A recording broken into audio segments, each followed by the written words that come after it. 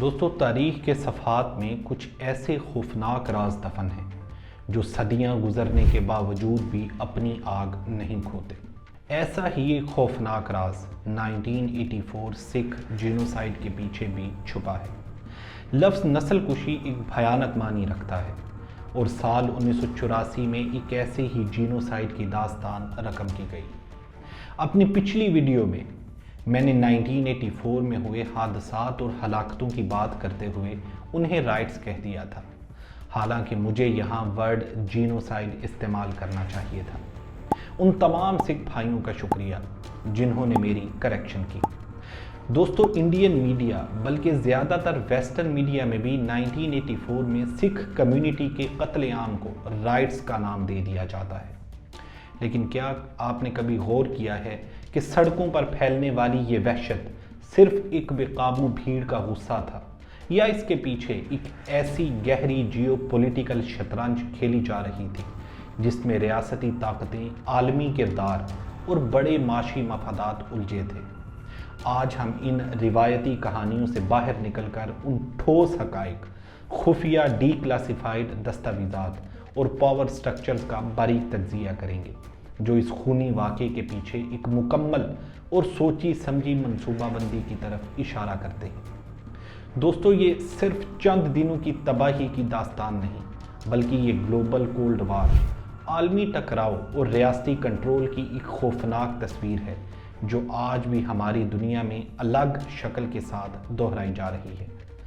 آج ہم ان تمام بند دروازوں کو کھولیں گے اور ان سچ کا سامنا کریں گے جسے فائلز کے بوجھ تلے دبا دیا جاتا ہے۔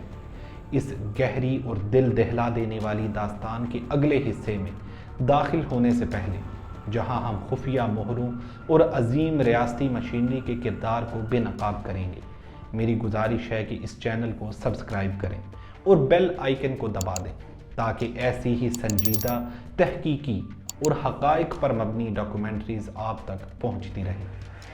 آپ کا اس سفر میں ہمارے ساتھ جڑے رہنا اس لیے ضروری ہے کیونکہ جب ہم تاریخ کے ان پنوں کو پلٹتے ہیں تو ہمیں آج کی عالمی سیاست کی ان پیچیدہ باریکیوں، حکومتی چالوں اور پاور ڈائنامکس کو سمجھنے میں مدد ملتی ہے جو عام خبروں کی بھیڑ میں چھپ جاتی ہیں اور جن تک عام آدمی کی رسائی نہیں ہوتی۔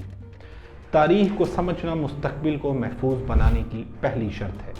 تو آئیے اس سنجیدہ تجزیے کو آگے بڑھاتے ہیں اور دیکھتے ہیں کہ آخر 80 کی دہائی میں ہندوستان کے داخلی حالات اور اس کی عوام کس طرح عالمی مفادات کا مرکز بن چکے تھے۔ 70 اور 80 کی دہائی کا ہندوستان ایک ایسی نوخیز جمہوری ریاست تھی جو اپنے اندر کئی طرح کے سیاسی، معاشی اور سماجی طوفانوں کو دبا کر بیٹھی تھی۔